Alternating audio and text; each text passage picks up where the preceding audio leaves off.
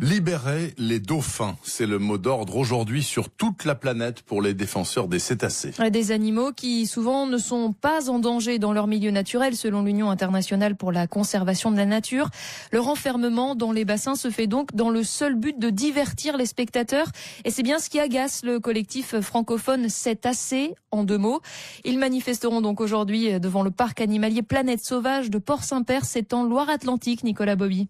Les militants de Cétacés, comme Boris Gantner, ne supportent pas l'enfermement de Lucille, un dauphin de 26 ans. C'est une baignoire. Le chlore attaque le système respiratoire, il attaque les yeux, il attaque la peau. Disons que si on avait un delphinarium qui faisait 100 km sur 100 km, on serait nettement moins fâché. C'est à peu près ce qu'il faut à un dauphin par jour pour s'éclater en milieu naturel. Pour Morgane Perry, biologiste marine, la bête n'est pas heureuse. C'est de l'eau salée à laquelle, a priori, est additionné des produits chimiques pour tout simplement garder la clarté de l'eau pour que les gens voient les animaux et aussi pour nettoyer les bassins. Les dauphins, ils sont dans cette eau-là 24 heures sur 24, ils font leurs besoins. Des arguments réfutés en bloc par Martin Boy, responsable scientifique de Planète Sauvage. On a 8,5 millions de litres d'eau salée. On va avoir de la javel en quantité très faible, c'est-à-dire 1,5 fois qu'il y a dans l'eau potable. Lucille, qui est la dernière arrivée, est dans le bassin que vous voyez là au fond. Les portes sont ouvertes, elle fait ce qu'elle veut. C'est le bassin préféré des animaux. Elle a la visite à 90% du temps du reste du groupe. En liberté, un dauphin peut nager 100 kilomètres par jour. Le reportage en Loire-Atlantique de Nicolas Bobby.